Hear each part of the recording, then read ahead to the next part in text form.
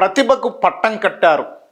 MS రాజు ఎమ్మెల్యేనే కాదు, TTD board మెంబరే కాదు, ప్రస్తుతం సత్యసాయి జిల్లా తెలుగుదేశం పార్టీ అధ్యక్షులు. నిజంగా చాలామంది నాకు బ్యాక్గ్రౌండ్ లేదు, మాకు వెనకాల రాజకీయ ఫ్యామిలీ కాదు, ఆర్థిక స్తోమత లేదు, నన్ను తొక్కేస్తున్నారు, ఈ విధమైన పదాలు చాలామంది వాడుతుంటారు. రాజకీయాల్లో ఎన్నో ఒడిదుడుకులు ఉంటాయి, ఎంతోమంది లాగే వాళ్ళు ఉంటారు. ఇవన్నీ దాటుకొని వస్తేనే కదా విజయం. అటువంటిదే ఈరోజు ఎంఎస్ రాజు గారికి నిజంగా జిల్లా అధ్యక్షుడు అంటే అది కూడా అధికార పార్టీలో అసలు ఊహించడానికే ఒకసారి ఆయన నేపథ్యం కనుక చూస్తే ఎక్కడి నుంచి ఎక్కడికి వచ్చారు. అదే టాలెంట్ ఉన్న వాళ్ళని ఎవ్వరు కూడా ఆపలేము.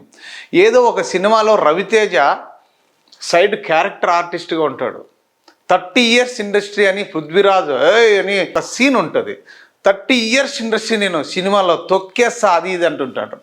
కానీ ఇదే రవితేజ ఒక్క ఛాన్స్ వస్తే నేనేందో చూపిస్తా అంటారు.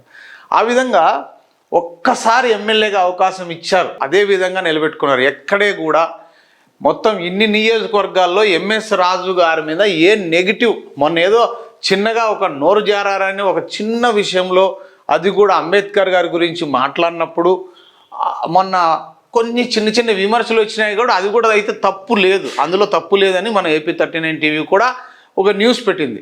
సో నేనేమంటానంటే ఇలాంటి వారికి అవకాశం వస్తే ఇక అవధులు ఉండవు.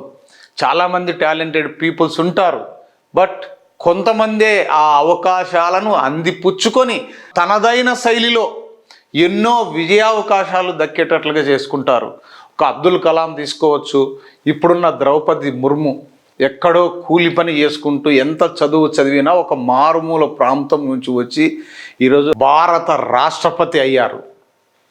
అలాగే నరేంద్ర మోడీ గారు రైల్వే స్టేషన్లో టీ స్టాల్ పెట్టుకున్నారని, అదే టీ అమ్మే వ్యక్తే భారత ప్రధానమంత్రి అయ్యారు. సో టాలెంట్ ఎవరిని ఏ అడ్డంకులు ఏవి కూడా ఆపలేవు అనడానికి ఉదాహరణ ఈరోజు ఎంఎస్ రాజు కావచ్చు, పూల నాగరాజు కావచ్చు. ఏ అవకాశం వచ్చినా అందిపుచ్చుకొని ఎదగడమే మానవ నైజం. అందులో ఇలాంటి వ్యక్తులు ఉన్నారు. నిజంగా ఒక చిన్న పల్లెటూరు నుంచి వచ్చి ఈరోజు ఇంత స్థాయికి ఎదిగిన ఈ ఎంఎస్ రాజుకు మన AP39 టీవీ తరపున హృదయపూర్వక అభినందనలు తెలియజేస్తున్నాం. ఇలాంటి ఉన్నత పదవులు ఇదే కాదు, ఇంకా భవిష్యత్తులో మంత్రి పదవి కూడా రావాలని ఆశిద్దాం. ఇక్కడ మహామహులు ఎంతోమంది ఉన్నారు. మన ఉమ్మడి అనంతపురం జిల్లాలో కనుక చూస్తే ఇక్కడ నుంచి చూడండి, మన బాలకృష్ణ గారు హిందూపురం ఎమ్మెల్యే గారు, అలాగే సబితమ్మ పెనుగొండ మినిస్టర్, ఎమ్మెల్యేతో పాటు మినిస్టర్ అయ్యారు. అలాగే సత్యకుమార్, ఈయన కూడా కేంద్ర రాజకీయాల్లో కూడా చక్రం తిప్పినటువంటి ఒక ఉద్దండు. పయ్యావుల కేశవ్, గుమ్మనూరు జయరాం, జేసీ అస్మిత్ రెడ్డి వీళ్ళ బ్రాండ్ ఫ్యామిలీ. అలాగే ఈమె కూడా కష్టపడి పైకి వచ్చిన వ్యక్తి బండారు శ్రావణి. అలాగే అమిలినేని సురేంద్రబాబు గారు కూడా ఎన్నోసార్లు ఫెయిల్యూర్ అయ్యారు. టికెట్ కోసం ఆశపడి బీఫామ్ చేతికి వచ్చి నైట్కే మారిపోయి, ఈ విధంగా ఎన్ని ఆశలు అడియాసలైనా మొక్కవోని అంతే స్థైర్యంతో ప్రయత్నం చేసి ఈరోజు వీళ్ళందరూ కూడా విజయం సాధించారు. అలాగే కాలువ శ్రీనివాసులు ఒక చిన్న జర్నలిస్ట్ స్థాయి నుంచి మంత్రి అయ్యారు, విప్ అయ్యారు, ఎన్నో పదవులు కూడా చూశారు. ఈయనకు జిల్లా అధ్యక్షుడు ఇచ్చినప్పటికి కూడా శుతిమెత్తగా తిరస్కరించి పూల నాగరాజుకి ఇప్పించారు.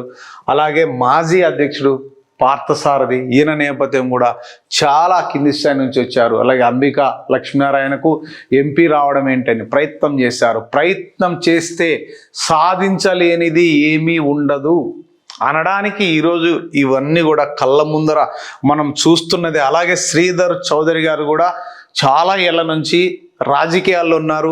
ఆయనకు కూడా అనంతపురం జిల్లా ప్రధాన కార్యదర్శిగా ఇచ్చారు. అలాగే దగ్గుపాటి ప్రసాద్ కూడా ఒక మారుమూల ప్రాంతంలో జన్మించి వేల కోట్ల టర్నోవర్ బిజినెస్ చేసి ఈరోజు రాజకీయాల్లోకి వచ్చి తనదైన ముద్ర వేసుకున్నారు దగ్గుపాటి ప్రసాద్ గారు. ఏది ఏమైనా ఎంఎస్ రాజు లాంటి వ్యక్తుల్ని ఆ ఫైర్ అనేది ఆపలేము, ఎవరు ఆపలేరు.